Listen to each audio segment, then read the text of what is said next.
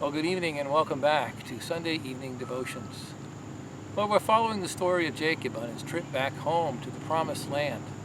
As you may remember, we had left him escaping from Laban in chapter 31, and he had taken his family and was on his way back. The problem was he was about to meet Esau, and his mind turned towards that as he came down the Jabbok Valley, heading towards the Jordan River on the east side of the Promised Land. So it was perhaps a place not quite like this, but there was the brook, the river, and there were two sides, and there was the ford right there. That's where you could get across. And he was thinking about how he would meet Esau. And so he, in Genesis 32 and 33, we find that as he came, God's angels appear to him, and he has taken encouragement, and he sends messengers on to Esau to say that he's coming back. Well, the messengers return, and they tell Jacob that actually Esau is coming to meet him with 400 men. And Jacob's fears are, well, shall we just say, heightened as he thinks about that. And what we begin to find here is that God is dealing with Jacob. He is using his fear of his fear of Esau to remind him of his sin. God is about to deal with Jacob and his sin.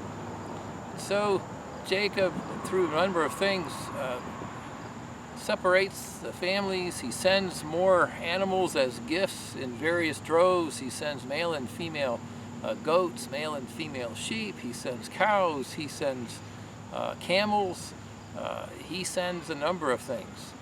And then he divides his family up, and he puts them across the river, and as night falls on an evening, a warm evening perhaps like this, he stays on the other side, and he waits.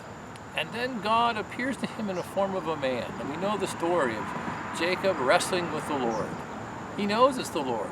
But what's going on here? Well, God is dealing with Jacob's sin, as I suggested to you, and what's happening is that God often uses our fears to remind us of the real fear.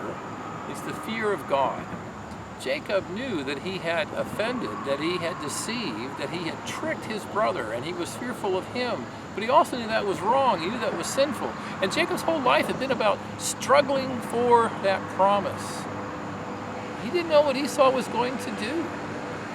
So as he struggled with God in that night, on that event of wrestling with the Lord, for that, and we may suggest that was actually the pre-incarnate Christ who comes to Jacob. He wrestles all night.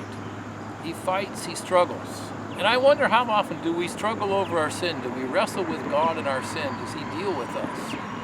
Jacob deals with God, and he's struggling not so much to overcome God, but to claim the promise. He wants it so bad. He's fearful for what may come his way because what's happened and what he's done to his brother. And he puts all these things before him, and he hangs on to God with everything he has. And in God's presence and in God's grace, Jacob doesn't give up. And so we're told that the angel then touches his hip, and he puts it out of place as a reminder that he struggled with God and prevailed. Not that he overcame God, but God allows us to struggle with him. If we would but humbly cling, if we would but wrestle with sin and wrestle with the issues and wrestle with God. Because what Jacob definitely wanted, and what we find, is that I will not let you go unless you bless me. He had been confirmed with a blessing, but he needed assurance. And in the midst of what was before him, he needed to know that God, the Lord, would bless him. So he's blessed. And he prevails.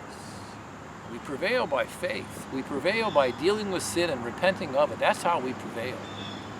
So then the story unfolds as Esau comes, and Jacob sends the family before him in groups, but he goes ahead of the family. He goes and humbles himself, and Esau comes and gathers him up in his arms, and their brothers are reunited. So we find that God keeps Jacob. God protects him. And that's our great confidence, that God will protect us. And it may take a great struggle to do that. You know, and this struggle is a prefigure of Jesus' struggle with our sin and the effects of that sin, and how Jesus clung to the Father, knowing that the plan of redemption would be perfected and work itself out. And so it is that he prevailed for us, that we in our struggle might prevail in Christ. Well, that's good news. Good night.